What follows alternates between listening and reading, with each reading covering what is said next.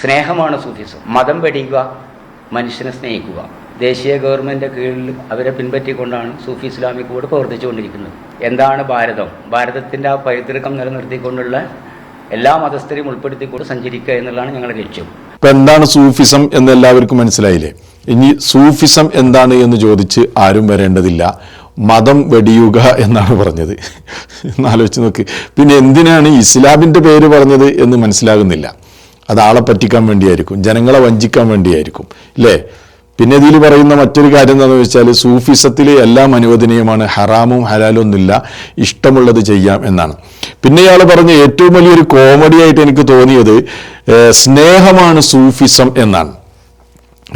Sufism എന്ന് പറഞ്ഞാൽ സ്നേഹമാണ് എന്നാണ്. നമുക്കറിയാം ഇസ്ലാമിനെ സംബന്ധിച്ചിടത്തോളം ഇസ്ലാം സ്നേഹത്തിൻ്റെയും സമാധാനത്തിൻ്റെയും സഹിഷ്ണുതയുടെയും ഒക്കെ മതമാണ്. എന്നാൽ സൂഫിസം ഒരിക്കലും അങ്ങനെയാണ് എന്ന് നമുക്ക് പറയാൻ കഴിയില്ല. ഇപ്പം നമ്മുടെ നാട്ടിലെ സമസ്ത വിഭാഗങ്ങൾ അവരൊക്കെ ഒരു സൂഫിസത്തിൻ്റെ ഭാഗം തന്നെയാണ്, അതവർക്ക് നിഷേധിക്കാൻ കഴിയില്ല. ഇവരുടെയൊക്കെ സമീപനം എടുത്ത് പരിശോധിച്ചാൽ തന്നെ നമുക്ക് മനസ്സിലാക്കാൻ കഴിയും സൂഫിസത്തിൻ്റെ സിദ്ധാന്തം എന്താണ് എന്ന്.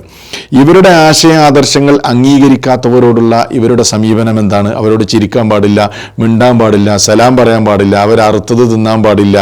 ഇങ്ങനെയൊക്കെയുള്ള സമീപനങ്ങൾ, സമസ്തയുടെ നിലപാടുകൾ എടുത്ത് പരിശോധിച്ചാൽ തന്നെ നമുക്ക് മനസ്സിലാക്കാൻ കഴിയും. അതുകൊണ്ടാണ് ഇയാൾ പറഞ്ഞല്ലോ സ്നേഹമാണ് സൂഫിസം എന്ന്.